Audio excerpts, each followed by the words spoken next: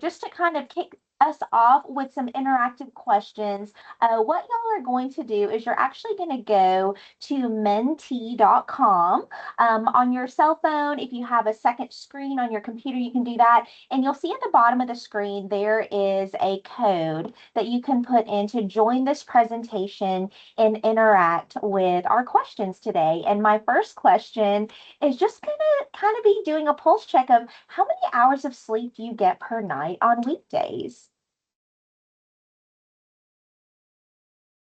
We'll let you guys get logged in. You guys can let me know in the chat if we have any kind of technical issues with getting in there.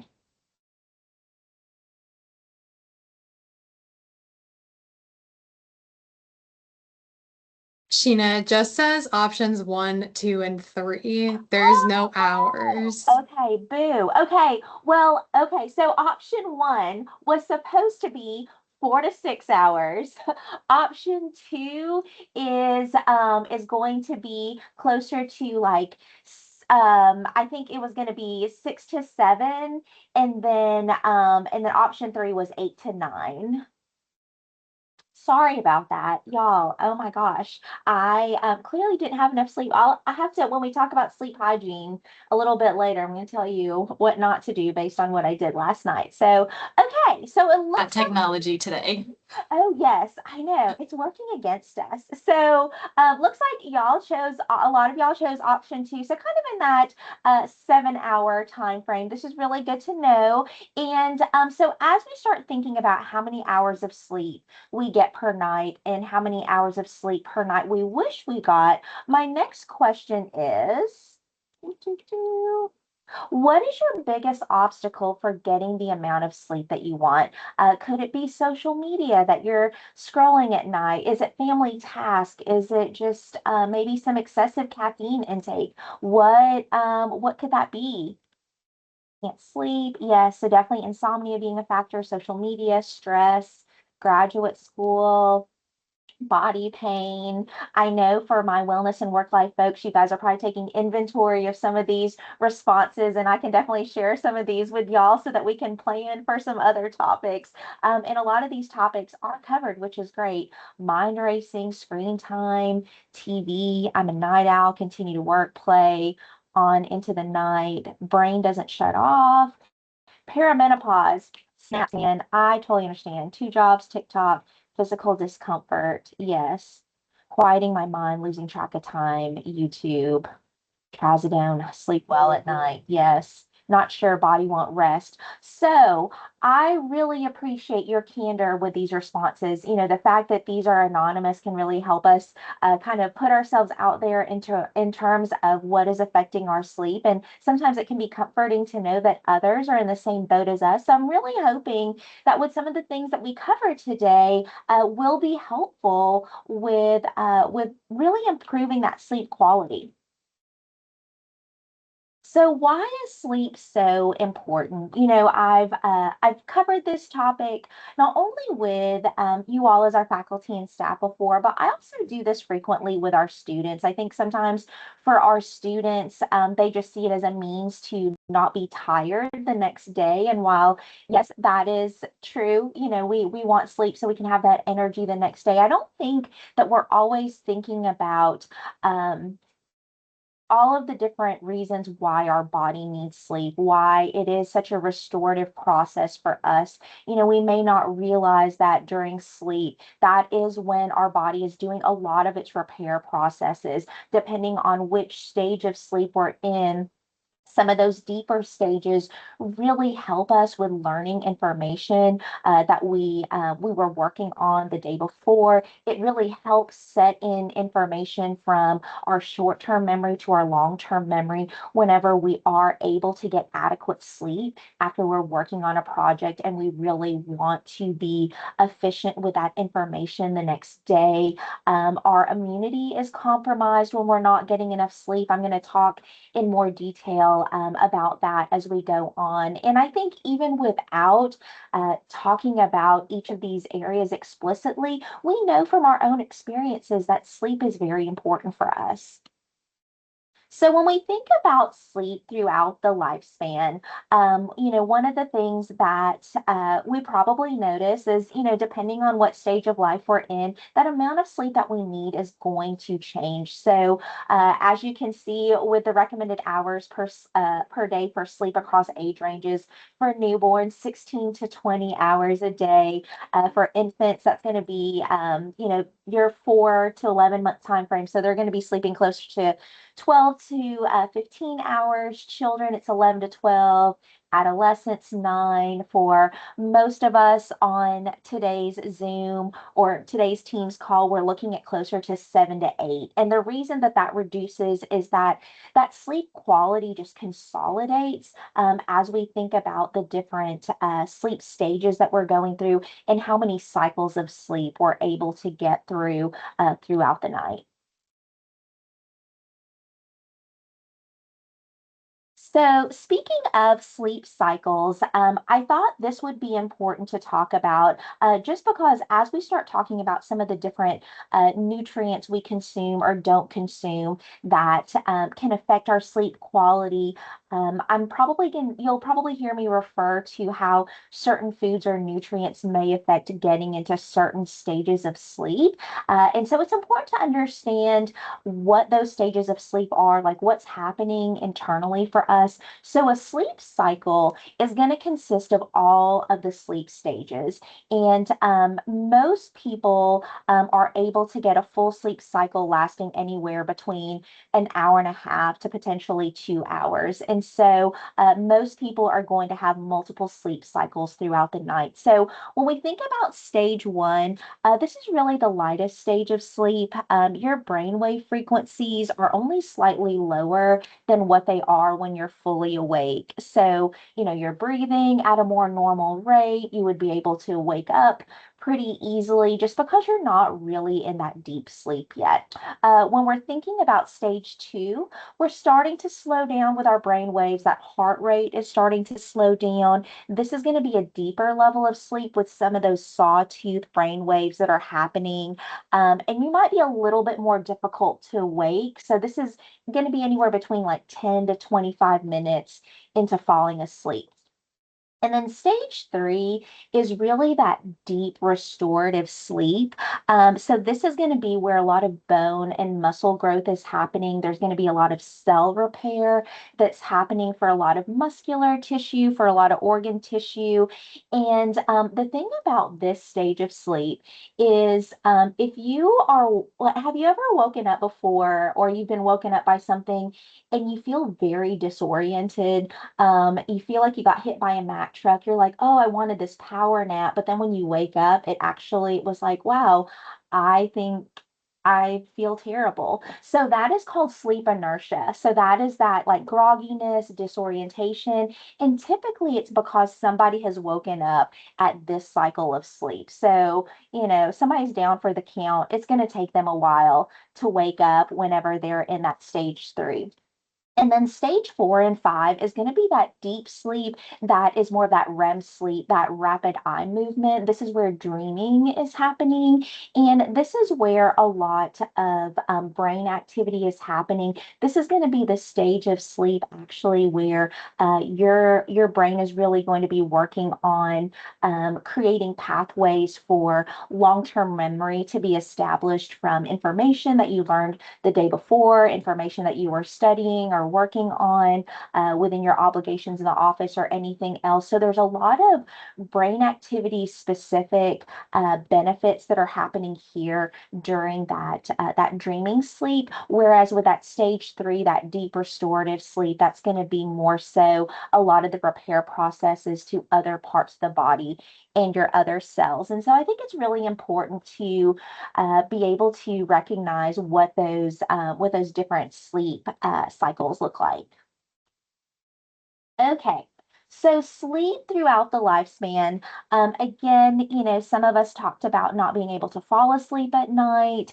And so that kind of leads us to the conversation about insomnia. So anywhere between 10 to 30% of adults live with some form of insomnia. And so when we categorize this, chronic insomnia is potentially diagnosed as someone with having trouble sleeping at least 3 times per week for the last 3 months. Short-term insomnia is going to last less than 3 months. So these are going to be the kind of questions that your healthcare provider may ask you as they try to determine if this is more of a chronic or short-term issue. And then we have our different types of insomnia. So you may have individuals who have some issues with just sleep onset, so just difficulty falling asleep in general.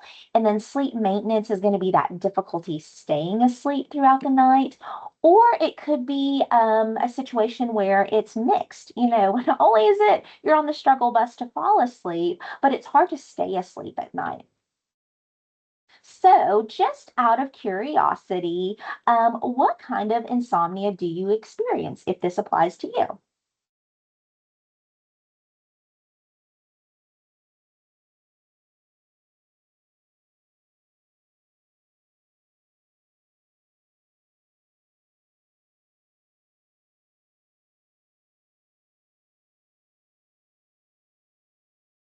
Let me give y'all a couple more seconds to chime in. You guys are, um, I really appreciate you guys interacting with the questions.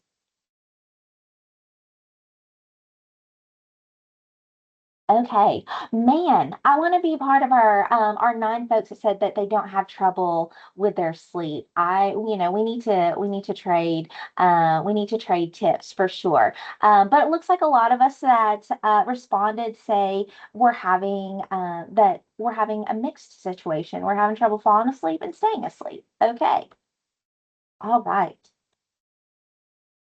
So, insomnia. What are some common habits that can cause or perpetuate insomnia?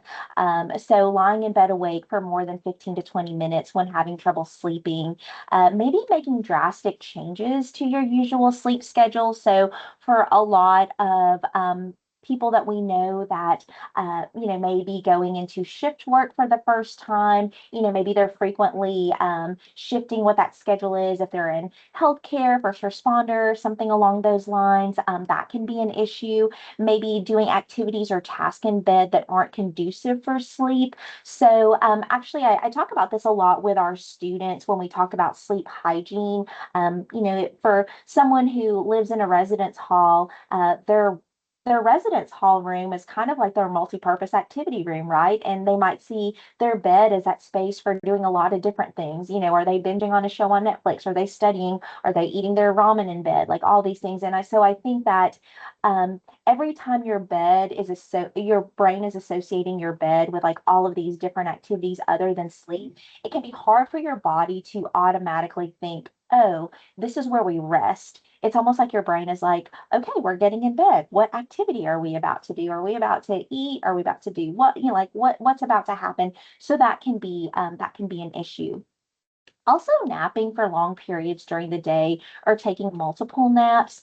Now, when we're thinking about people getting a nice power nap, you really want that nap to be something where you're staying in that sleep cycle closer to like a 1 or 2, like you're getting a little bit of rest. If you're gonna be taking a nap where you're hitting that stage 3, that deep restorative sleep, you want that nap to be long enough where you can actually get through a full sleep cycle. So probably think about maybe having a nap that's like an hour and a half long, maybe 2 hours long, which feels almost too long depending on what the situation is.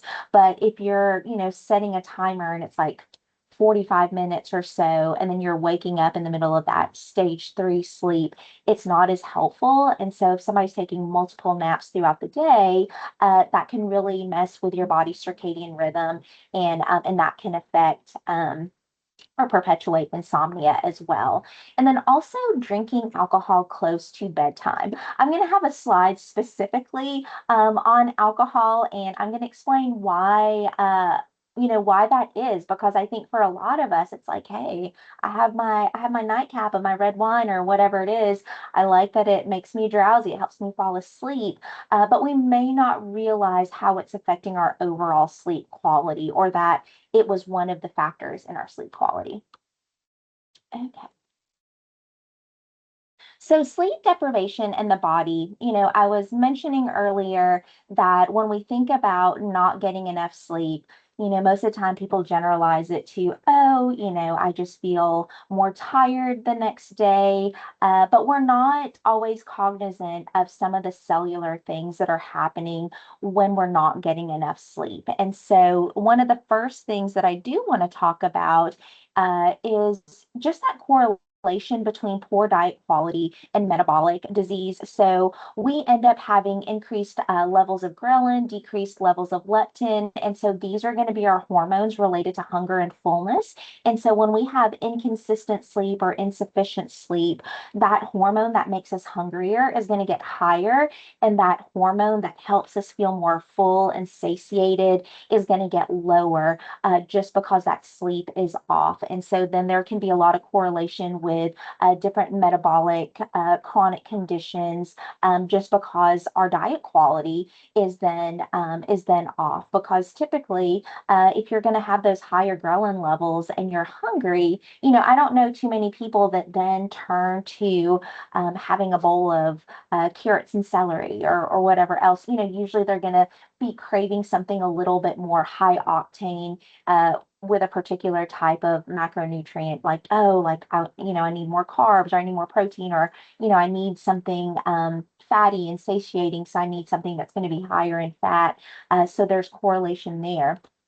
Also, too, when we are experiencing insufficient sleep, that's going to tie into insulin sensitivity and diabetes. So chronic insufficient sleep is going to lead to decreased insulin sensitivity.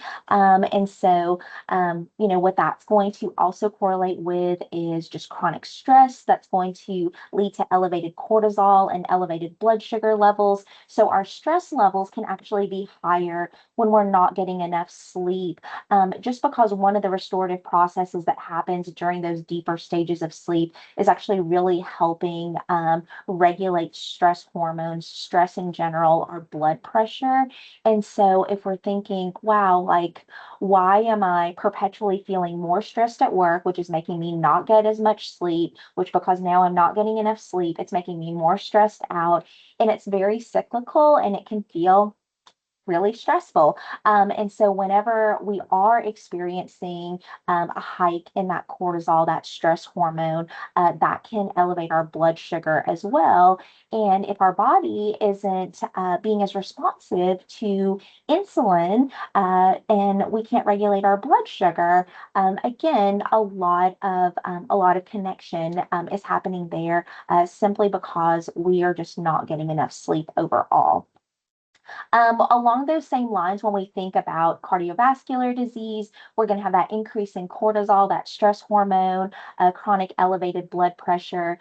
Our body really needs an adequate amount of sleep to help regulate our blood pressure. And so we definitely want to think about that whenever we're thinking about how we're holistically managing our blood pressure. There may be many of us on today's call that are taking medications for our blood pressure, myself included. In order to make sure that that medication can work effectively and we're not exclusively relying on the medication to help with blood pressure management, we've got to get that adequate sleep. Also to immune health. So we have fewer cytokines in the body when we're not getting enough sleep. We're also getting a lot of reduction in our natural killer T cell activity, poor immune system memory. And one thing that I actually wanted to share with y'all that I had made some notes on earlier. I'm trying to see. Aha, okay. So people that typically get less than 6 hours of sleep are more than 4 times as likely to become ill after exposure to the flu virus. This is from a study. I'll include some of the resources afterwards, but in some of the studies out there related to sleep insufficiency and immune response. One of the particular ones that they studied was related to body's response to exposure to the flu virus. And so making some of those correlations there. So again, thought that that was really interesting. And then last but not least, our mental health. So we have increased stress and anxiety. I know I mentioned that earlier with some of the other conditions. So we've got that cortisol going up, we've got that adrenaline going up, that leads to irritability. And then also poor memory. Because again, when we think about those different stages of sleep that we're in, and if our body, like maybe we're falling asleep, but we're not reaching those different sleep stages and we're not getting that restorative sleep or that REM sleep that helps our brain with like kind of consolidating information and putting it in long-term memory, we're going to have memory issues as well. And so I think, case in point with this is really just considering the fact that when we think about the relationship between sleep, exercise, diet, and our mental health, it's very synergistic. If we're not sleeping well, then, we may not want to wake up early for that exercise that we like to do, or maybe if we're not sleeping well, then that's going to affect our diet quality. Then that may make us less motivated to do our workout, and then it affects our mental health. And so, and I'm not saying that all four of these areas for us have to be perfect all of the time. I think that that can feel very unrealistic, but I think just understanding how they affect one another can be really helpful. So when you're trying to troubleshoot things related to your health and you're thinking, okay, like why am I all of a sudden more hungry, or why am I not as motivated to exercise? Is it sleep related? Why am I so stressed out? Are there changes in my sleep, in my movement, in my nourishment? And so thinking about all of those things can be really helpful. But we're going to talk a little bit about sleep hygiene, and we're going to be talking about foods and nutrients that affect our sleep. And so you'll hear me mention the term sleep hygiene. It's important to know that this means having both a bedroom environment plus daily routines that promote consistent, uninterrupted sleep. So you could have like the best sleeping environment in terms of like the best bed, perfect like mattress, all this thing, perfect temperature in your room. But if your activities leading up to sleep, aren't conducive to you actually getting in a restful state, that's no good. And same thing, vice versa. So, when we think about the connection between food and rest, food is responsible, obviously, for fueling everything our body does during the day, but also our sleep processes. And so, based on some of the information from the previous 2020 to 2025 dietary guidelines for Americans, when you take a look at the information, some of the most concerning underconsumed nutrients are calcium, potassium, vitamin D, and fiber. And when we think about which of these play a role in our sleep, that's going to be potassium, calcium, and vitamin D. So there are definitely some connections there to be made. So thinking about our different nutrients and compounds considered for sleep, I do want to point a few things out. For us. So, kind of going through each of these, we're going to talk a little bit about magnesium, potassium, vitamin B6, calcium, vitamin D, tryptophan, and melatonin. And also, I will mention briefly, sometimes people will ask the question of like, what's the relationship between tryptophan, melatonin? I've heard about tryptophan being in turkey and Thanksgiving, and that's why we get sleepy after we eat a bunch of turkey at Thanksgiving. And so I want to kind of enlighten all of us, for those of us who may not be aware, but tryptophan is an amino acid.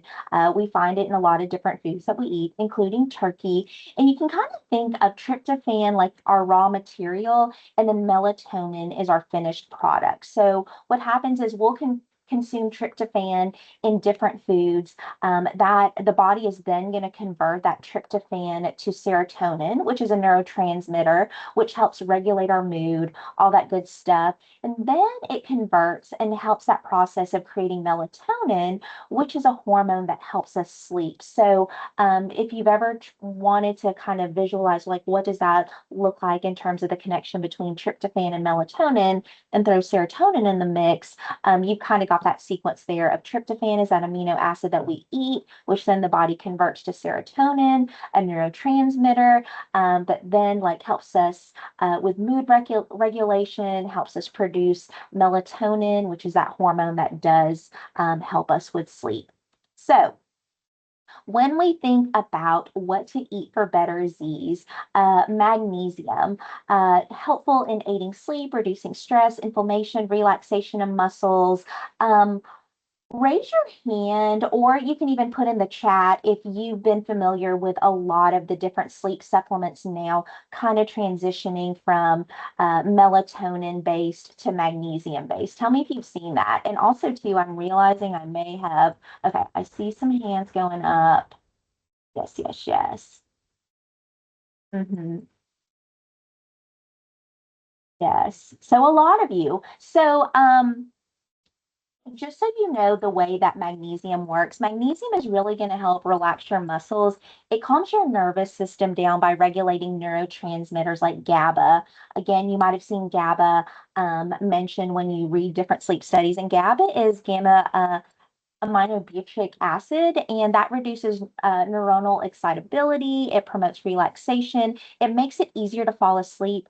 Low magnesium levels can reduce GABA production, leading to increased anxiety and sleep difficulties. And so, when we're thinking about supplementing with magnesium, one of the things that we want to take into consideration in terms of timing is you want to take it about 30 to 60 minutes before bed. That can really enhance its sleep inducing benefits.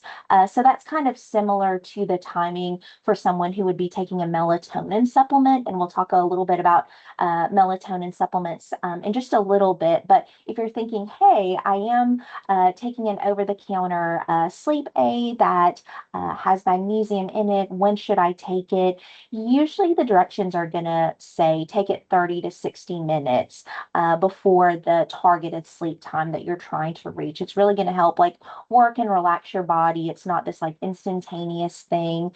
So it's really nice to know what the dosing is for that. Now, what I would say is if you have a balanced diet, you're eating a lot of foods that naturally have a lot of micronutrients, including magnesium.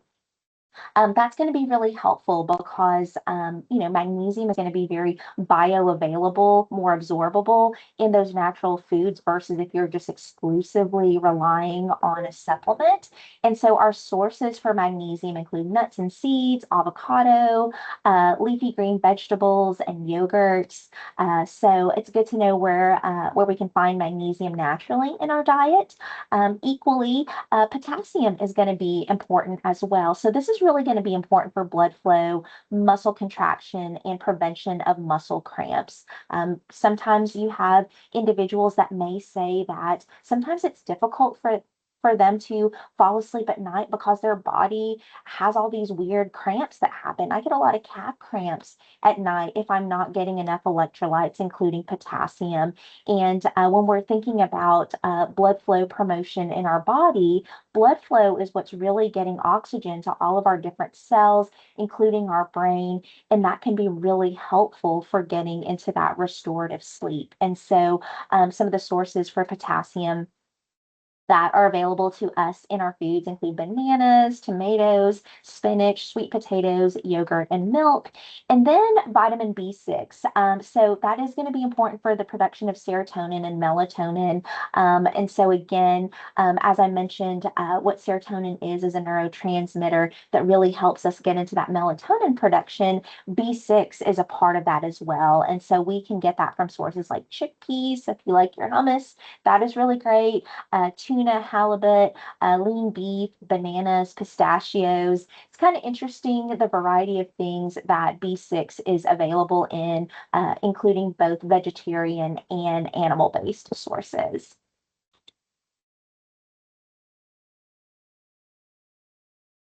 Okay, calcium. So, calcium is helpful to know about because calcium is going to play a role in the body using that tryptophan to manufacture that melatonin and really helping with that nervous system function. So, we hear so much about calcium and sources for it growing up when we think about strong bones. So we know, oh, milk, yogurt, but then also we can get it from sardines and canned salmon and almonds. So if you're thinking about some sources other than, your typical dairy products, just open up a can of sardines.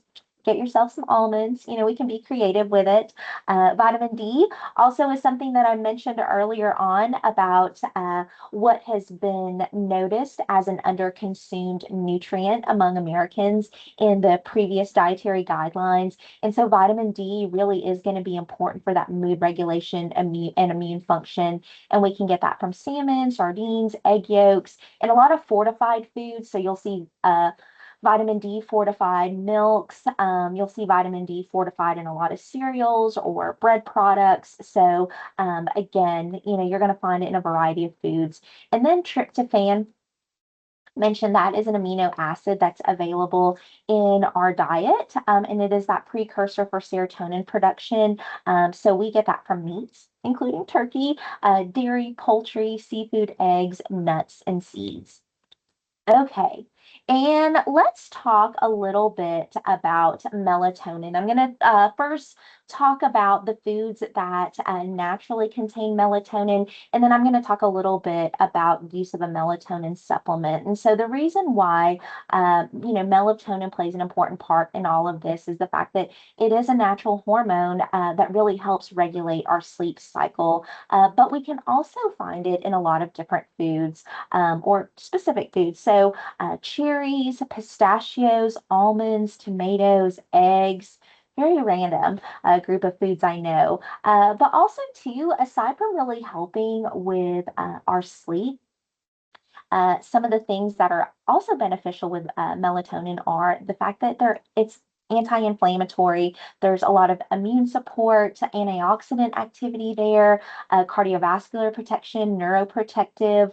And so when we think about it being anti-inflammatory and having that antioxidant activity, we get a lot of free radicals and damaged cells that are floating through our body. That can be from a lot of different factors, from a dietary factor, some of the foods that promote a lot of like unstable cells for us and a lot of free radicals are actually fried foods, just because of the way that they are cooked and creating unstable cells with those really high heat temperatures. So if we're eating foods that are naturally anti-inflammatory, like a lot of different fruits and vegetables, there's going to be some different micronutrients that really help fight against those free radicals and that oxidative stress in our body, and that includes melatonin. So it can be really great to include some of these foods that naturally contain melatonin, but I do want to say if you are considering a synthetic form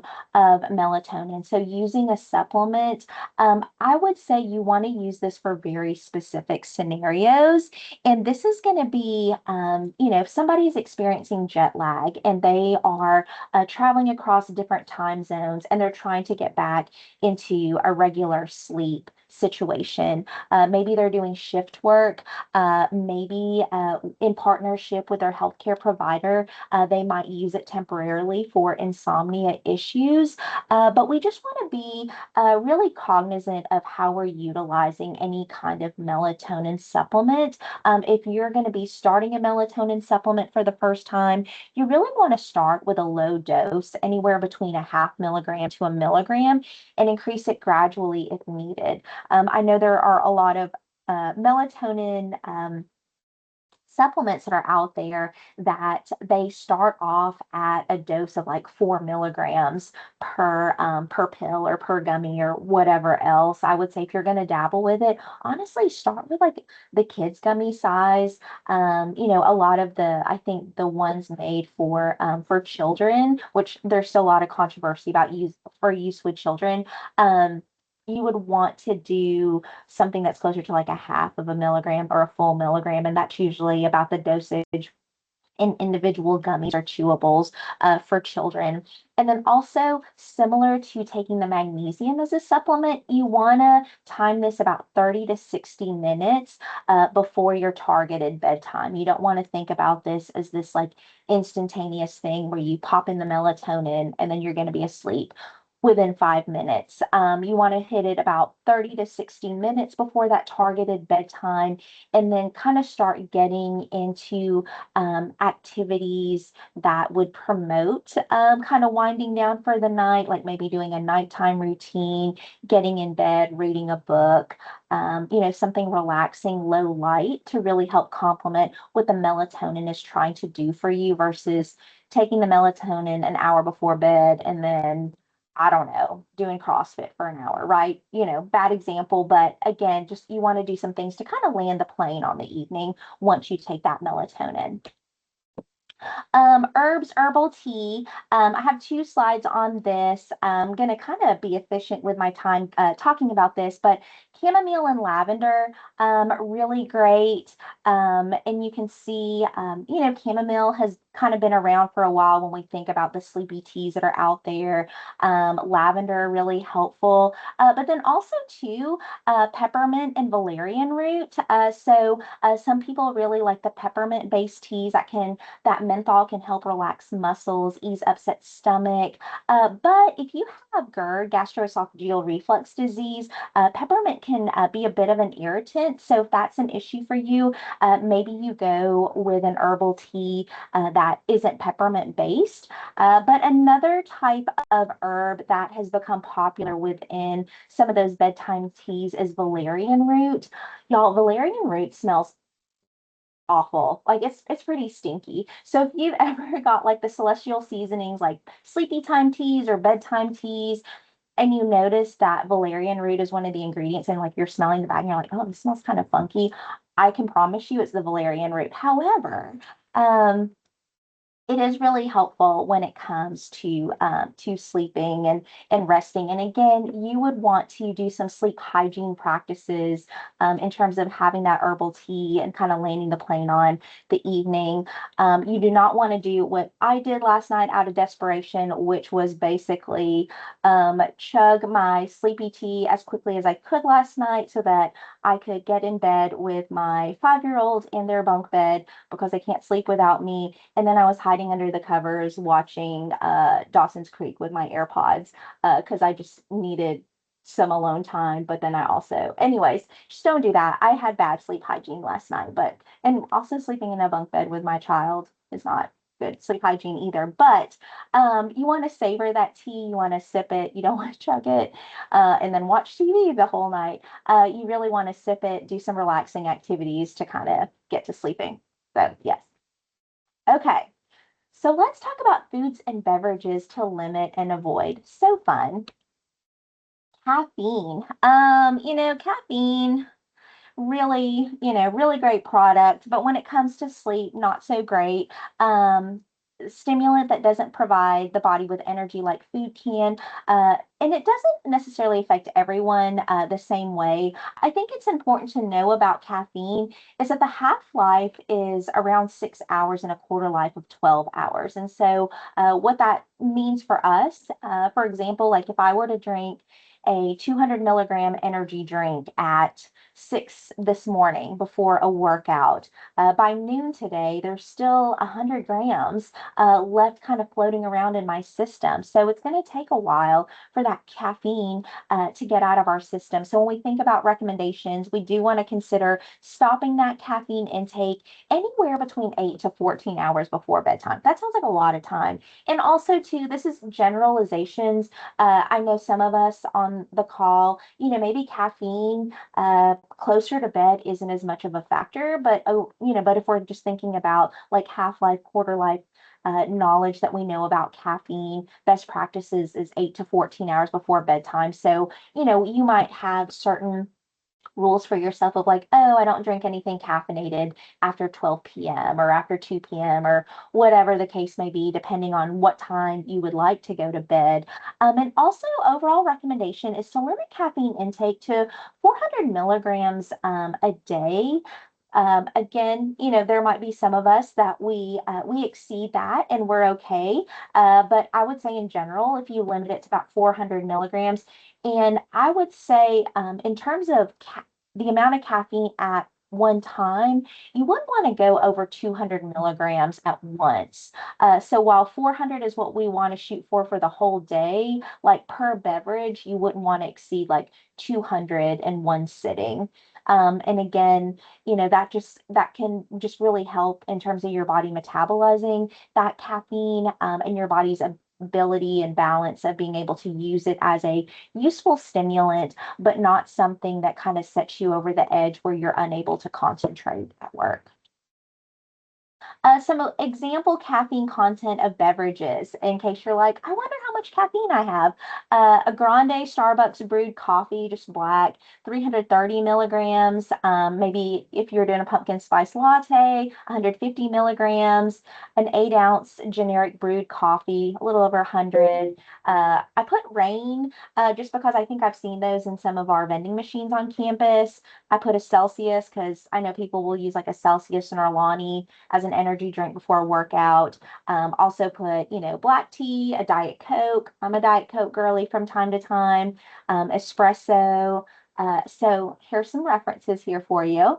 So when we think about caffeine, I think I have some polling questions towards the end, kind of asking about that. But I want to make sure that we talk about alcohol. I'm not going to make people raise their hand, say like, "Hey, how many of you use alcohol to fall asleep?" Because nobody wants to like just put that out there, maybe.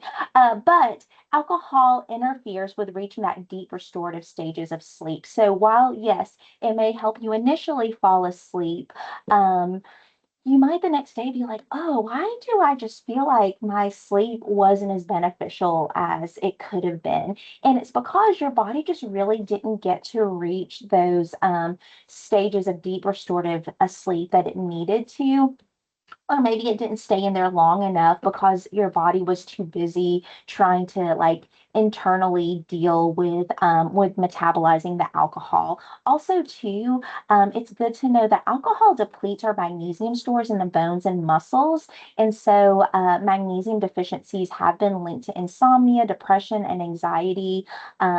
Alcohol can also worsen sleep apnea symptoms and snoring. So when we're thinking about what's best practice for alcohol consumption and still trying to get decent sleep, try to consume that alcohol with your dinner meal or at least 3 to 4 hours before bedtime.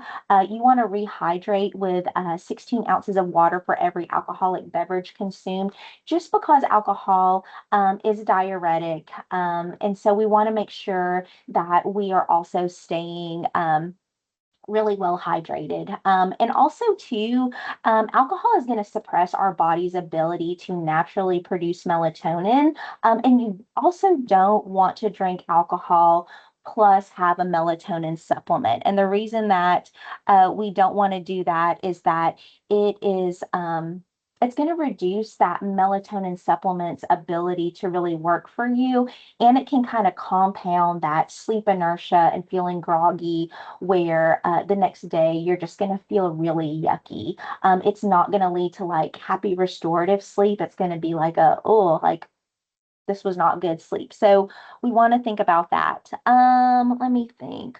Also, sometimes when people rely on alcohol consumption for going to sleep, they may experience vivid dreams or nightmares while they're using a melatonin supplement plus the alcohol. So some freaky things are happening apparently.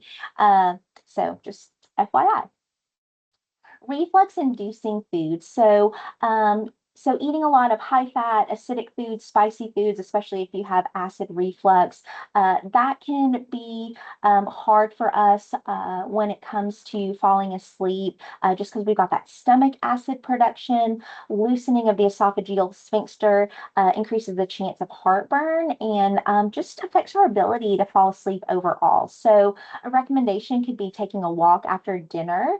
Um, to aid with digestion, or maybe even limiting some of these foods or reducing portion sizes or just the timing of like the time of day that you're eating those types of foods. So, like maybe you do the spicy stuff at lunch, but maybe not at dinner if you feel like it's factoring into your ability to fall asleep. Big meals. So kind of along the same lines, we like if our body is trying to land the plane on the day, it can be really hard for the body to rest when our body, if we think about it like a business or a warehouse, it's like, yo, boss, we want to turn off the lights for the night. We want to shut the production down. And it's like, hey, we can't, we got to fire up the burner. Like, there's something we're still trying to incinerate and work on. Like it's tough because the body is still having to use a lot of like metabolic processes. It's doing a lot of things cellularly. It's trying to get a bunch of blood flow to your gut for the digestion, and your body can't like fall asleep. So, really just trying to be mindful of your portions. And it's really just trying not to eat beyond your means of normal fullness, trying to shoot for more of a comfortable full versus Thanksgiving full at for your meals in the evening. So just being mindful of that. Okay, refined carbohydrates and sugar. So I'm not saying don't have candy, don't have ice cream, all the things. I want people to have a healthy relationship with food, all foods fit, all that good stuff. But with that said, if we think about some of the things that we might go for late at night as like a little sweet treat, that can be okay. But, if you're thinking about your sleep quality and if this could potentially be a factor, when we have high blood sugar levels as we're trying to fall asleep, that's going to increase insulin release just because our body's trying to regulate our blood sugar. So then, as that insulin is kind of being let out, the body's like, whoa, what is happening? And it starts shooting out adrenaline and cortisol because it's like, I feel like a party is about to happen. When really you're trying to land the plane on the day. It didn't know that you just want a little Haagen-Dazs before bed, but it kind of opened the floodgates of your body being like, insulin, adrenaline, cortisol. So, again, that can play as a factor. So, recommendation is to choose complex carbohydrates, avoid snacking on high sugar carbs and beverages, especially close to bedtime. One quote unquote hack that I would say with this is if you did want a little sweet treat before bed, like, maybe you wanted a little scoop of ice cream before bedtime. Eat something with protein as well. Maybe have like a little handful of almonds or something else. What that is going to do is that protein is going to help us slow down that digestion a bit so it can stabilize your blood sugars. So there's not as much of a rapid insulin release that makes your body kind of internally go cray cray and you're not able to fall asleep. Okay, dehydration. I gotta kick up my time. Make sure that you're staying adequately hydrated throughout the day. I would say try to stay as hydrated throughout the day as you can, just so it's not one of those scenarios where at night you're trying to make up for the fact that you didn't drink a lot of water. So then you're chugging, several awalas of water right before bed and then you got to pee multiple times throughout the night. So if you're staying hydrated throughout the day, that can prevent you from playing catch up in the evening. And then also too, if you're dehydrated when you're sleeping, that can contribute to like nasal passages, snoring, all that stuff, cramps. So just get that water in throughout the day. Okay, so non-dietary approaches to better sleep. So managing our stress, breathing exercises, meditation, yoga, aromatherapy. So many of our wellness classes through Wellness and Work Life address these topics. Take advantage of it when it comes to learning about different tools to put in your tool belt with managing your stress. Also, regular movement. got a lot of movement opportunities here. There is a bidirectional relationship between exercise and sleep. One study has suggested that after 4 months of increased activity, people who previously reported insomnia were able to sleep 1 more hour per night because they've then increased that physical activity. And then also too, for some people, it's hard for them to fall asleep if they just worked out. Totally understandable. So a recommendation would be to avoid your workout 3 hours before, 3 hours or less before bedtime. For some people, it's a non-factor, but in general, you don't want too close of a time frame between like doing a hardcore workout and then going to bed. And then managing your circadian rhythm. So aiming for 20 minutes of sun exposure in the morning. We get that vitamin D that then produces that tryptophan and this and that. So it's all good. And then also just that relaxing sleep environment. So we want to limit artificial lights, using tech an hour before bedtime. We want to keep that bedroom at a peaceful environment and at a temperature that's comfortable for us for falling asleep. If we're all hot and sweaty and stuffy, it's no good. But if it's kind of cool, we've got that nice like comforter texture, like fresh, clean sheets, like it just feels awesome. It's just so much better.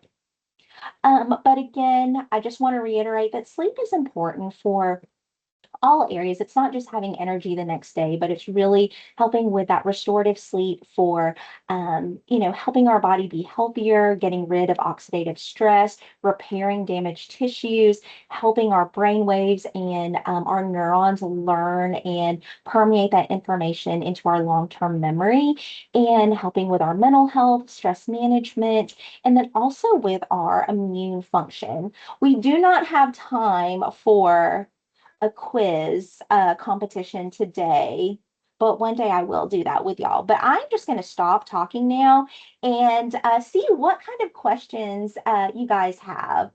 Miranda, I know we have about 5 minutes, and you may have dropped resources in the chat already for everyone, but I do encourage you to feel free to utilize those handouts. A lot of those handouts just reiterate a lot of the information from today, but you also have a copy of the slides as well. So yes. I'm adding those in the chat now. I agree that hot dog candy does not look appealing. I've noticed that before. Um let's see, not sure if this would fall under sleep or diet, but what is happening when you get real sleepy or even fall asleep probably 15 to 20 minutes right after eating? So, a lot of that can do with just level of fullness. Now, Mark, I don't know like what level of fullness you're at, but for a lot of individuals, depending on the type of food that they've eaten, if it does take a lot of power for the body to digest, like say if it's something like higher in fat or protein, longer to digest compared to carbohydrates, all when that blood flow is going to your gut to try to kind of like handle that, there's a temporary period of time that you're getting slightly more or slightly less oxygen to your brain, just because that blood flow is like really trying to concentrate, going to your gut, doing all of that. And that can contribute to the sleepiness, in addition to just that overfull feeling, also just making us generally tired as well.